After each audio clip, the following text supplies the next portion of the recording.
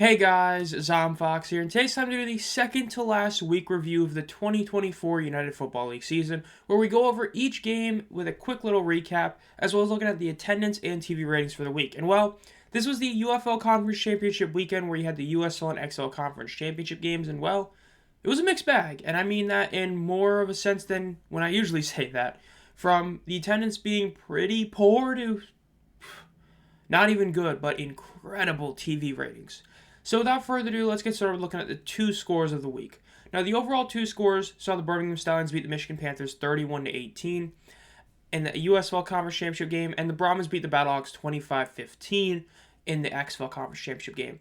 In terms of these games, just from an outset, even though the score would indicate that the Panthers game was more of a blowout, really that was the much closer game than the Brahmas Battlehawks. The Battlehawks were only in it because of a bunch of fluky stuff, and it was a weird one. So, starting off with the Panthers game, the Panthers, of course, most famously known now for blowing an 18-3 lead at halftime. Yes, they were up, or not at halftime, but they had a they had like a 15-3 lead, got up to 18 points, and then Birmingham just let the floodgates open. It just wasn't good. Michigan choked. It's that simple. We saw why it is such a big deal to have a backup quarterback, as both Adrian Martinez and Danny Etling both played really bad, like overall for most of the game. Not even most of the game, but especially in the second half and the third quarter. You know, the third quarter from hell where you had 6 turnovers. The difference is the Birmingham Stallions had a guy like Matt Corral they could turn to, whereas the Panthers had to either go to Brian Lewerke or a barely on the active roster EJ Perry. So when you see that as your options, you're kind of stuck with Danny Etling. The injury to Bryce Perkins proved to be the biggest reason why the Panthers couldn't win this game. Like I was saying, heading into this week, the Panthers would easily have a shot to beat Birmingham if they were fully healthy. Because they were missing Bryce Perkins, they were not fully healthy, and that is why they lost this game. Yes, they had a lead, but there was also a lot of opportunities they couldn't cash in.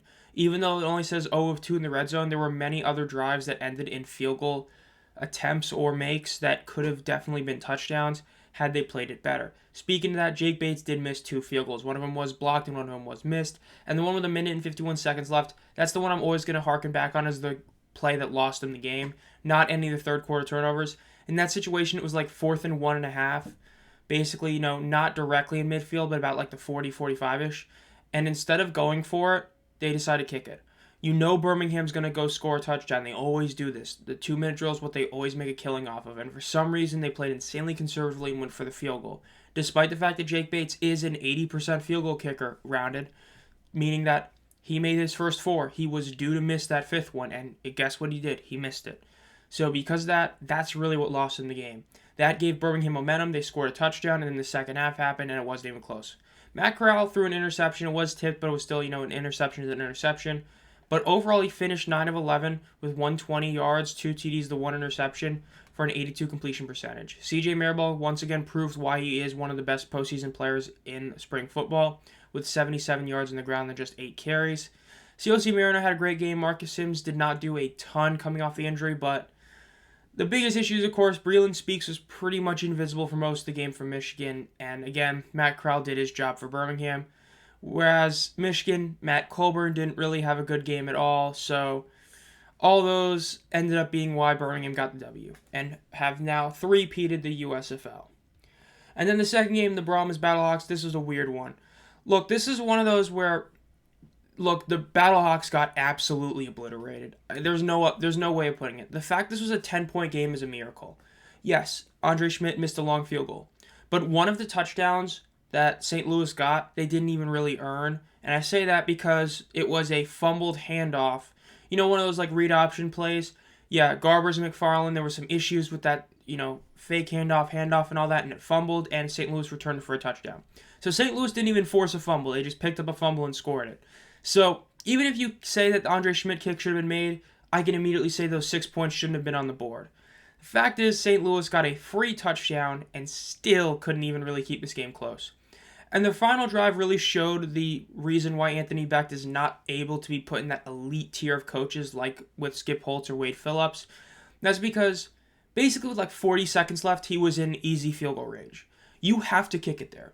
In the UFL, you get the 4th and 12 opportunity. You need to be able to go score that quick field goal so that you can go get a touchdown. Yes, I know some people say, well, what about it's easier to get 20 yards, get in the field goal range. That's fair, but then what about with 20 seconds left, where again they're still in field goal range and they decide not to kick it? Basically, Anthony Beck decided during that drive that he didn't want to win the game. That's essentially what happened. They decided as a team, kind of like everybody talks about the Timberwolves in that game 5 against Dallas, where they all say that they were content with not getting swept. Basically, that's how Anthony Beck played that last drive. He basically played like, you know what? We had a good season. Let's end it. That's what it was. It's not like they were even doing plays that were designed to get to the end zone. They were doing these like short passes and all that to gain yardage when you have less than half a minute left and you're down 10 points. That's very bad coaching, bad playmaking by AJ, just bad overall. Speaking of AJ, yes, AJ is definitely still hurt, but the fact is that doesn't hide the fact that he really didn't play that good a game. He went 19-29 for 179, 1 TD, 0 interceptions. That's not that great a game. Bruce Gradkowski had another awful game play calling as OC for the Battlehawks. Jacob Sailors and Hakeem Butler were really the only two guys that did a ton, and even then they had big drops, but overall Hakeem Butler was still the best player on the field for the Battlehawks, and Sailors was definitely second place. Whereas the Brahmas, Chase Garbers, he had that one interception, and then the weird fumble. Aside from that, he looked solid. And like I was trying to tell you, a lot of people during the week prior, the Brahmas lost that game last week because they were missing their two running backs. I said it back then. If they had one of them, they would have won that game. And that got proven even more during this game. John Lovett, 83 yards and 18 carries. McFarland, 115 yards and 11 carries. A 69-yard run, a 30-yard run. And then, of course, you had Justin Smith breaking that one long reception. But overall, having those two running backs back is why they were able to win this game so handily. They were able to continuously run the ball, and it's proof of why, if one of those guys was here last week, they would have won that game easily and had home field advantage. And that proves why those two guys are so important to the Brahmas and their team. The fact is, if you had the choice between Chase Garbers or McFarland and Lovett, you'd pick McFarland and Lovett any day of the week. Those two guys provide such a big impact on that team. It's hard to go against it. But overall, again, St. Louis played terribly, and pending how the championship goes, they might fall even farther in the power rankings for the post-championship power rankings, because the past few weeks they've looked really poor, especially that offense. Now, we go to attendance. I wish I could say anything good about this, but the fact is this was two bad numbers. Now, yes, 30,000 is not a bad number in a vacuum, but when you're talking about St. Louis, that is a bad number.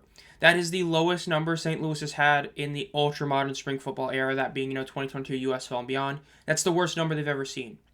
Yes, there were legitimate excuses. This isn't, the joke of, there's a car wash, a sale going down the street. There's legit reasons. Season ticket holders. The Battlehawks have a ton of season ticket holders. You have to get new tickets when, a playoff game happens, so not everybody's going to do that. You only had a week to sell tickets because of how it took till week 10 to figure out where the home game is. You only had a week to sell tickets. When you combine those two factors, it's not too big a shock that it wasn't great, but this should have been over 40,000. The fact that they couldn't is a pretty big detriment to the overall, idea of the St. Louis being the super rabid crowd. Again, it's still 30K. But they talked as if, fans of St. Louis talked as if they were going to, pack the dome if they made the playoffs. And instead, they barely hit 30K. Again, that's their lowest number across either season. So when you're hitting that, even with those very real excuses, that still is a disappointing number. And just like how I always do it, I do it based on what you did before. Your overall blanket number really doesn't matter. What matters is, are you showing growth? That's proof of life. That's proof of, you being a good area. That's a number that does not show growth. That is a number that does not show a lot of good things. And overall, that means that St. Louis officially ends the season with a lower average attendance than last year, which again means that we don't know for sure at Birmingham, but from what we know, that Michigan is really the only team that actually increased in attendance from 2023 to 2024, which is not what you want to see. As for Birmingham, even bigger of a disappointment. Look, they didn't have a week. They had weeks to get this. So, yes, you still have the season ticket issue, but the other one of the time you didn't have. They knew for about 2-3 weeks that the game was going to be in Birmingham because of, the scheduling conflicts in Detroit. So you knew it was going to be in Birmingham. Yet you barely cracked 10K. I mean, you were basically 40 tickets away from not even reaching your Week 8 total. So you barely had your third best game of the season. And again, that was by like 42 ticket sales. It's not really that good. I mean, again, you want the playoffs to do better. Just compared to last year, again, the Houston Roughnecks, their best number of the season was their playoff game in the in the XFL's South Division Championship. That was their best game. Wasn't by a ton, but it was by 800. That was their best game that they had all year. Look at the DC Defenders. No, the championship does not count. That was their best game of the year. They had 18,684.